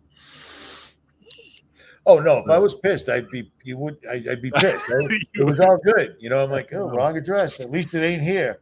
At least Will's not driving some big shiny Cadillac with a weird. I forget what the weird license plate was, but it was odd. I'm like, you told me. Sound like Will? No, that sounded like a pretty sketch part of Portland. Not that a lot of Portland. It was. It definitely was. Where all the the Winnebagos are. But I think they're cracking down on that stuff too. That was one of the things I was going to cover in this. If you didn't show up, was the homelessness, the bill that he passed. And I mean, did you see the Fox News thing the other day where they were talking about, we got to get rid of these homeless people, whether they want the help or not. We just got to lock them up. And then the other guy, that's another part of this whole ICE thing is that, like, yes, you see all the conservatives talking about, like, yeah, we need to bring back the Gestapo, mental health facilities, or just insane asylums. Well, did you hear what he said? One of the hosts said we need to lock them up if they won't take the help, and the other guy said, or just give them a non-consent lethal injection and just kill them. He said it right on the news, and then that's the same news show that Trump sat down and said, we got the shooter from Charlie Kirk. He sat right down with these people, and the guy's never, to my knowledge, he still hasn't quit or apologized. You can't say kill homeless people because the government's making people homeless. You know what I mean? Like, they're Palantir's buying up everybody's houses. I mean, I'm sorry, Blackstone is buying up everybody's houses. I mean, and if you want to get like real, I don't know, dark or whatever, but it's, I was watching something just the other night. I couldn't sleep, and I was, Dooms, just, I don't know how I came across it, but it was some channel where he was interviewing people. I forget what city it was, but interviewing people on the street who were talking about how, my friend disappeared. I can't find him. And just the whole idea of them being disappeared and taken off to camps of some kind or facilities. And apparently this is something that has been pretty prevalent belief within the homeless, community for years. And I think especially since COVID and having seen how many people it's like how easy it would be to just, because they're always having to move, they set up a camp one place and then they do a sweep, and then it would be so easy to just disappear people on a regular basis because they're always moving around and nobody's checking up on them. They have no family they're the most vulnerable part of the population is the homeless population. And yeah, dude, it's chilling just to think about like how dark it could really get in terms of, that's kind of the whole model, right? Is that you just like cram people into these urban centers, then you make it so expensive that they, that there's a certain percentage that just fall through the bottom, you're living paycheck to paycheck, and then you're on the street, and then that's where the drugs come in. And once you're, addicted to fentanyl and you can't function, then that's how basically they treat you.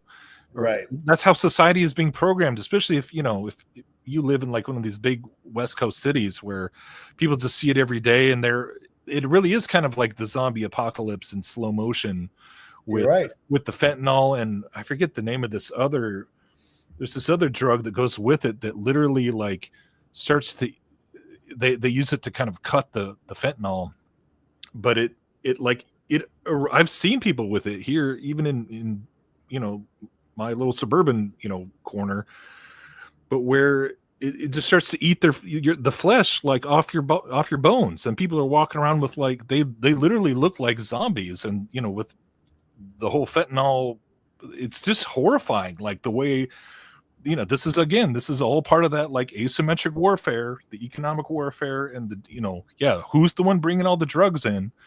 And we sound crazy when we're talking about all this stuff as being a coordinated agenda, but it's a coordinated agenda. Like there's no other way to walk away from it, having seen it over the how all these things work together.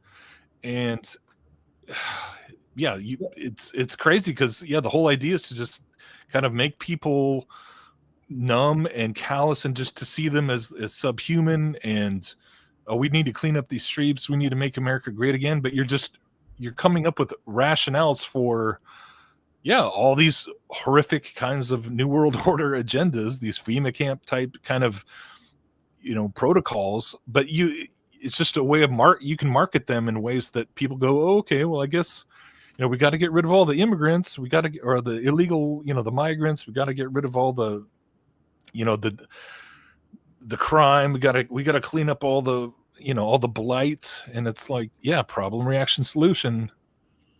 So, yeah, I mean, maybe this is hard. It's if you live in one of these cities where you know what I'm saying is you go over the whole. You've seen the whole country, dude. So I have, and I'll tell you what. Since COVID, I think I've mentioned this in many videos, and since COVID, I have never seen so many people in their 60s that should be retiring on the side of the road holding up signs. And these aren't your average homeless looking folks. These are just seniors that don't have any money anymore because they can't pay their property taxes, their water bills, etc. Like, you can't own anything anymore. You can buy your house all you want, but you're still going to rent the land for the rest of your life. It's not what this country was set up for, and not enough people stood up when the time came. And now it's too late. We're already to the other side of. We're already forgetting about 9/11 because Charlie Kirk. It's crazy. It was well done, though. I'll tell you that. Yep. Well done. It checked off a lot of boxes all at one time. Epstein's gone. No one's talking about Gaza. 9/11, never forget, unless something else happens, and then boots on the ground. And then things are already two Pakistani guys were trying to blow up a Fox News truck. That's odd, Mm-hmm. A lot of boxes were ticked at one time, brother. It's crazy too, because I keep thinking about.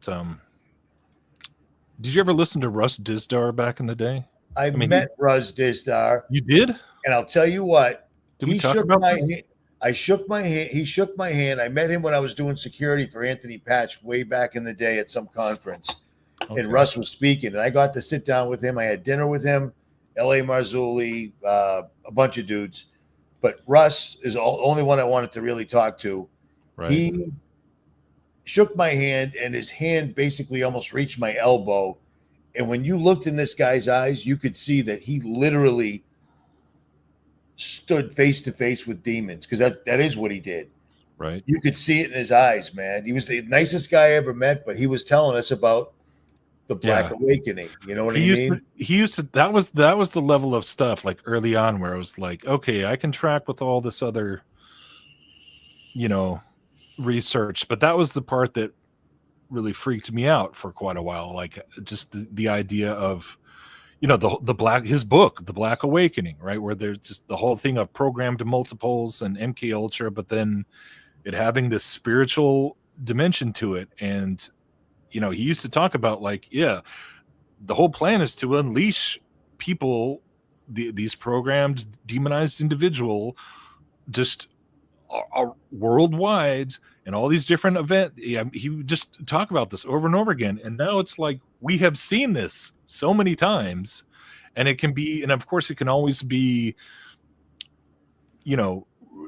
presented by the news as something. It's never going to be like spiritual. It's always going to be like, whether they're going to put it in a racial context or a political context or whatever, but it's like, ultimately you can have all these demonized agents, essentially these mind control kind of provocateurs or whatever, to do all kinds of things. And so it's just bizarre to kind of see it like unfolding in so many different ways, but it's literally just like what he talked about. And then it was just crazy that he died so unexpectedly during COVID too. That really made me sad. Yeah. Yep. I'll tell you what too, man. 9/11 changed everything, but then COVID changed everything. I mean, 9/11 changed everything as far as America, what it was, and now what it is. And then COVID turned us into TikTok. People just giving up all their time to stare at a black scrying mirror all day, every day. It's astonishing.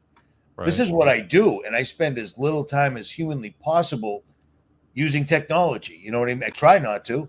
When I'm driving, I listen. Mm-hmm. That's it. So, and I do a lot of audio books. I just did the audio book on the guy that, I guess, Zuckerberg, Jeff Bezos, all those dudes flew this guy out on a private jet to this place because he builds underground bunkers, and he wrote an entire book about it, but there's only one chapter of relevance. And their main concern was, when we do this, when this event happens and the people that we hire to protect us find out that we did this event, how do we stop them? And he's like, well, you can't, just don't do the event. They're like, well, we have to. We have to. We've got all the money in the world. We could make the world beautiful and still be the richest people on earth. We could fix everything and this could be perfect, but we're not going to. We're driving it into the ground, and then we're going to destroy it. Then we're going to hide underground, even though we all have spaceships, but we all have underground bunkers. Yeah. They got spaceships. Yeah, they do. Well, space is fake and gay, from what I've heard. Basically. Yes, I've heard this as well. But yeah, man, that's so crazy that I don't even know if you told me that story before, that you actually got to meet Distar. I don't think we had time. I told you I would have filled you in when it came back. But yeah, he's a big guy. And you could see the pain in his face when he was explaining it. You know what I mean? Everybody else that was there was basically there to get money. God told me a message. I'm the point of the spear, so come meet me and pay me $188, and I'll tell you what God told me. Russ wasn't one of them. He was just passing through, and you could see in his eyes that he has seen evil, and he's fought it to the best of his ability. Yeah. Great guy, in my opinion. It's just not a message you come up with as a grift, Right. No, at all. You can think it's crazy and out there, but it's like, this is, nobody,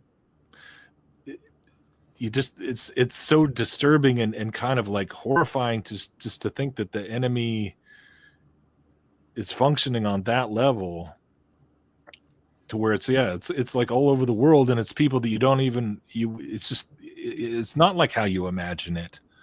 And yet that's what's just so bizarre. It's just the more as time goes on, and you see like half the time you're like, is it really?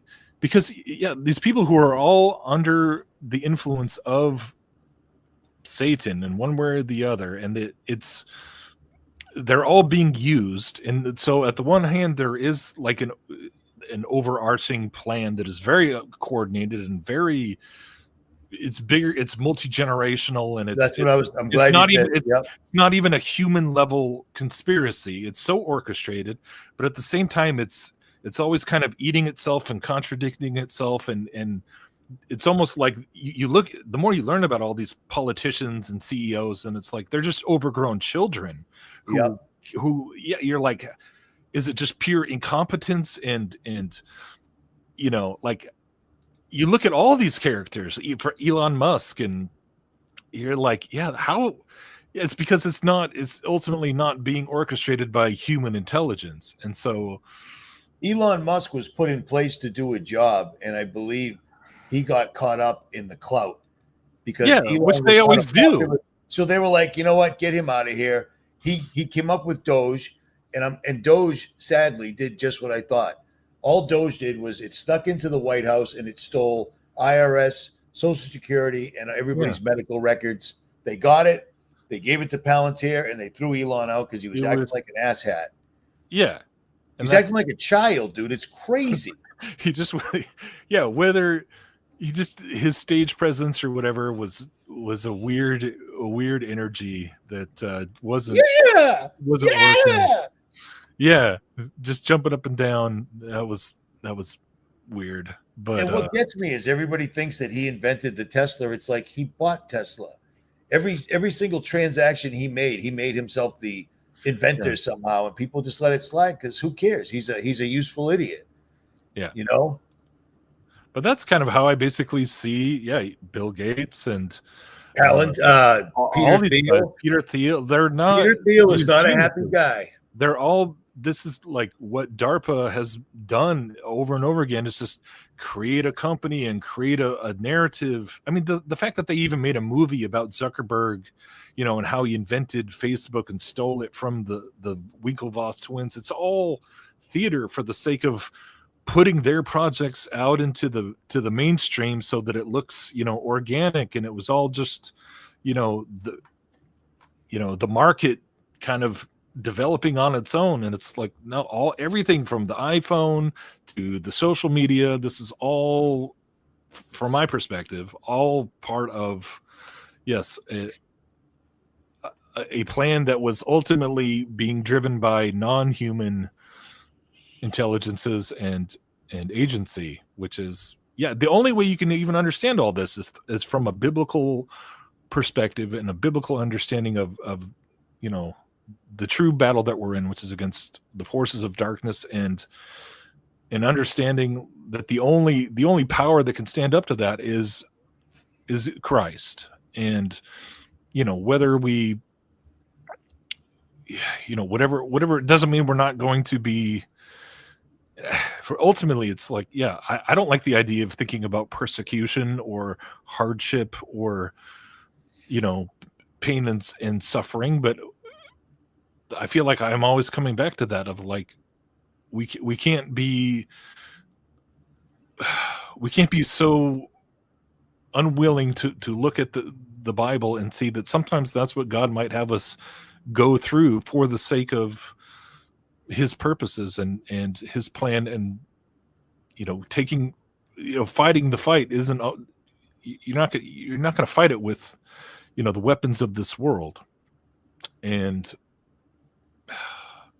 that does, but at the same time you have to understand that, like, yeah, they want to disarm the public for a reason, and it's not like an either or thing. You can understand that there's the physical realm and just the practicalities of like how they're trying to lock us down and use all these different avenues of warfare. And yet at the end of the day, without Christ, all that's kind of for nothing if you're just fighting for this life alone. And so it's hard to keep the balance, it's hard to keep your eyes on the big picture, but he's faithful, man. And it's crazy to just see it all like playing out, even though, yeah, we see us through a glass darkly. That's one of my favorite verses in scripture. But then we shall see as we are. At one point, we will stand before our Creator and our Redeemer, and all these questions and all these things about that we've been arguing about for years, whether it's cosmology or world history, and it's like it's going to be revealed to us, and questions that we didn't even think to have, and we can have a confidence now that knowing that like nothing is catching God off guard, and that he has seen the end from the beginning, and he goes ahead of us, and he is with us, and that he who is in me is greater than he who is in the world. And that's what I'm trying in the midst of this to stay focused on just the basic gospel truths and not get so swept up in my all the theories, or even in my own wanting to understand things like Genesis 6, or all the stuff that we get sucked into, where it's like these things really can pull us away from just the simple saving truth of the gospel. And that's what I think Russ Dizdar was pretty awesome, because he did bring it back to like the gospel and understanding that like that's what the enemy is. The enemy is after people's souls ultimately. And yeah, we're just passing through, and we have to just be willing to like be obedient to him, to whatever he might have us go through as a generation, or as an individual, or on whatever level. So I agree, but you just say it much better than I do, so well done. Well done, man. I've done as much as I possibly can to wake people up, and it's hard when things like Charlie Kirk show up, because people want to chase that, and it's like, as bad as that is or isn't, or who knows, let's stick with what we can see. And they're just making moves every single day. There'll be another event tomorrow. Every day there's another event to keep us busy while they're assembling all the pieces, man, all around us. It's crazy. Yep, I agree. I know. It's like, that's the other thing. It's like a week from now, let's see how many people have been. There's, how long this is probably going to last longer than the typical.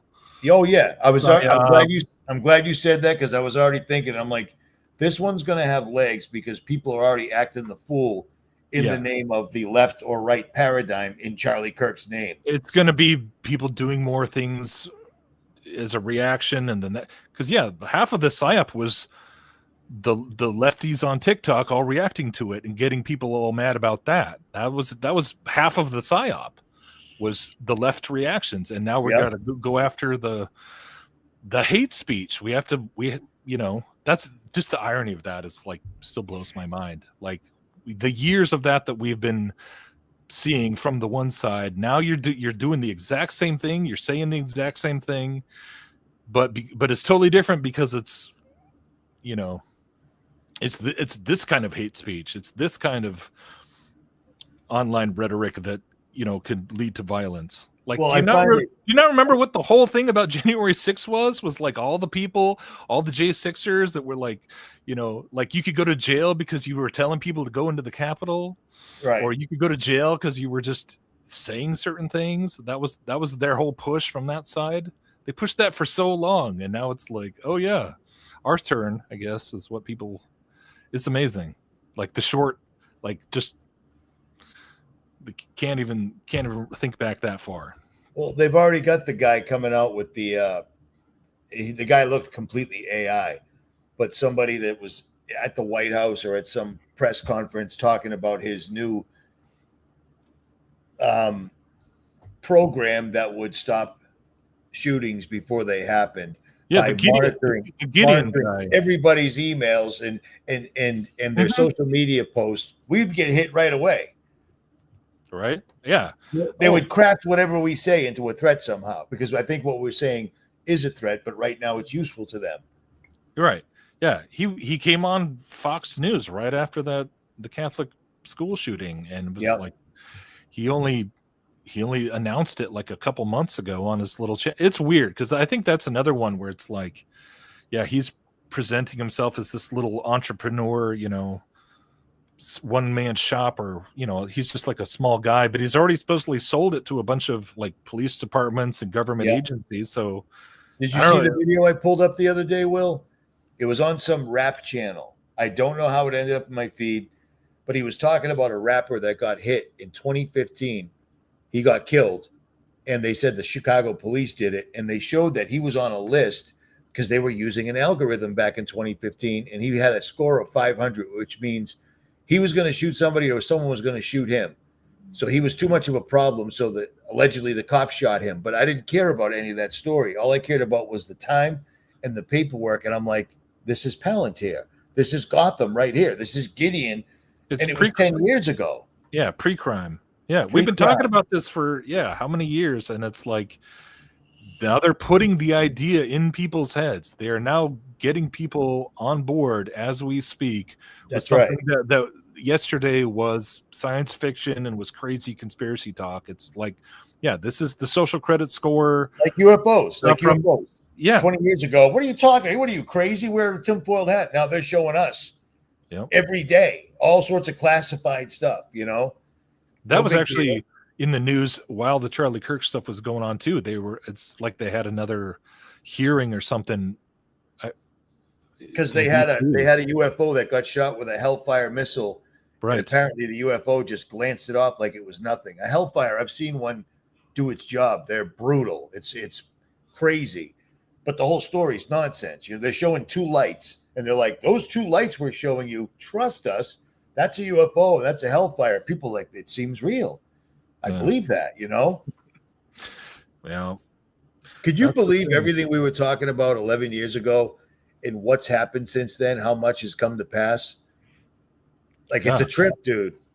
It's weird to even stop and, remember. I feel like we've forgotten so many of the things, even from this year. Like I just asked Broken Reality. She's one of my mods right here. I just asked her the other day. I said, I have a favor, and it's a big one. Could you go back and list every event from the beginning of 2025, like January 1st till now, including airplanes simply falling out of the sky or rocketing out of the sky? Because you remember that we had that little time where every time you turned around, an airplane was just tipping over, flipping upside down, falling out of the sky. The regular events, and then of course the staged violence events, because they're going to pick up. They're not going to. They get their foot with Charlie Kirk. Now they're going to hit the floor. It's going to be every day It's going to get ugly, people. Yeah. And someone said it in the chat. God's words are powerful. God's words, prayer is the most powerful weapon invented. It's God's word, and not enough people do it. You know what I mean? Right. In my opinion. Well, hopefully, I'm not, God works in mysterious ways, and there's no doubt that, he used COVID to wake up a lot of people and bring people to him who I've met quite a few of them just in the past few years who were just living their lives, and we're not, we're not seeking God. We're not, whether they had believed in him once or maybe had never really stopped and had a real kind of serious, retrospective kind of, thought about, what their life really means, or what the, but God uses those things to get our attention. He used all this stuff to get my attention and make me think about the truth of Scripture on a level that I just never had until I started looking into 9/11, and just, the ramifications of it were terrifying, frankly. And you're trying to make sense out of the world that you live in, and God uses that over and over and over again. I like most of the people that I know and talk to on a regular basis all kind of have a similar type story, even if the specific event or the specific thing is usually different, but it all kinds of brings us into that same place of realizing that, you can't believe just because it's on a screen or on the TV news. And that's sort of the biggest step, because we're so, that's the whole programming, in school and in society, is to just trust the institutions, trust the government, trust science. You can't even, it's hard to even quantify, we were talking about scientism and those years following up to there's nothing we could have done to that compared to what COVID did to wake people up to the lie of scientism. That it's literally like a religion, that people worship this nebulous kind of, just the scientists, right? Rather than the reality where it's like, they all, the whole peer-reviewed system and academia and all these corporations and the CDC and the FDA, it's all just a big corporate, money talks. It's all driven by profit. It's all driven by a handful of individuals who control the research and control the way it's interpreted. And this is like all of it across the board. And so people have this this humanistic notion of just the goodwill of mankind, just working for the betterment of all, and COVID just blew that out of the water for so many people. And for the people who refuse to see that, it's like they're almost kind of more blinded. And that's the sad part, is that there's so many people who've been kind of shaken awake, and there's a lot of people who are they're almost even in more of a daze than ever, because they don't want to think about the ramifications of you literally offered your body as just a test subject. You literally just to really, and this is kind of the whole mind game that the vaccine issue has been playing off of for years. And that was a big thing for me to come face to face with almost 20 years ago as a parent. And this is trauma-based mind control, and so once you've kind of been broken out of that spell, and you realize that they've weaponized people again. That's weaponized empathy, weaponized people want to do the right thing. They want to protect their children. They're told that this is how you protect your children. This is how you protect yourself and your loved ones. And you want to be a good parent and a good mom. And that's powerful sorcery. And, they want to demonize you as in anti-vaxxers, you might as well be a terrorist in their eyes to a lot of people. A lot of people in my own family still they just can't go there. Dude, tell me about it. Tell me. I hear you. I told you that. I told you this when I saw you, didn't I? There's no getting around this. I'm sorry, but this is, if you care about pro-life, once you really learn what goes into those, That's right.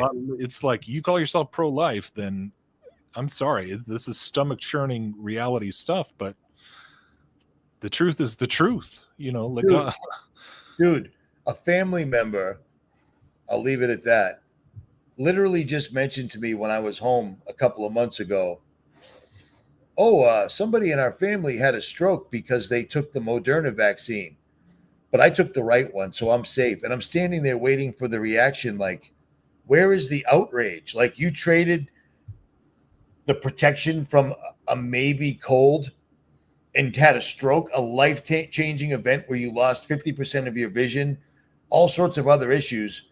The doctor straight up told them, yeah, that Moderna one, that was giving a lot of people strokes. They're actually telling people, and people will still do exactly what they're told the next time, because there will be a next time. You know what I mean? According to the World Economic Forum, another much more contagious one is on its way. So it's crazy, dude. It's crazy. And trying to warn people, they looked at you like you were the enemy, and that was part of the design. It was very well placed. It blew me away that people thought that we just had an epidemic, a pandemic that shut down the entire world. The entire world just came to a screeching halt. But don't worry, because scientists will whip up a new vaccine in 4, 5, 6 months at warp speed, and everyone will take it. And people were literally telling them it was an mRNA. And we're trying to explain to them what that was. And they looked at us like we were the enemy. I got people that still don't talk to me to this day. And I've met tens of thousands. You can attest to it. Many people in the chat can attest to it because they've met me face to face during the lockdown that did not observe any of the COVID protocols, and nobody even got a cold, which is a freaky thing. Not even a cold anymore. You know what I'm saying? It's crazy, dude. It's crazy. And they're going to do it again. Yeah.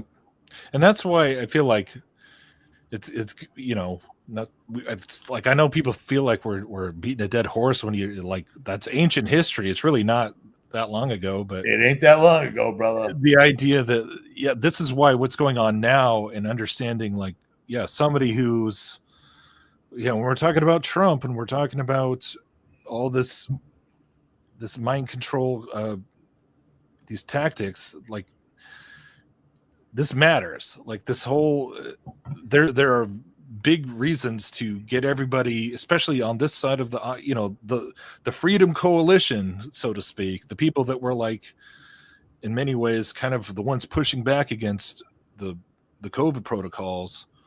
It's like they want so bad to get them, like, I think that's what kind of that's why BLM happened in 2020 as well, because it was like the whole idea was to get people mad at the left and the Antifa and all that, rather than, like, the people who are locking you down and trying to, inject your children and pregnant women and, all that insanity. So it's like, they give you your heroes and they give you your villains, and then everything is presented in this dichotomy fashion. They frame the narrative so that it's like you got to pick a side, and it's always,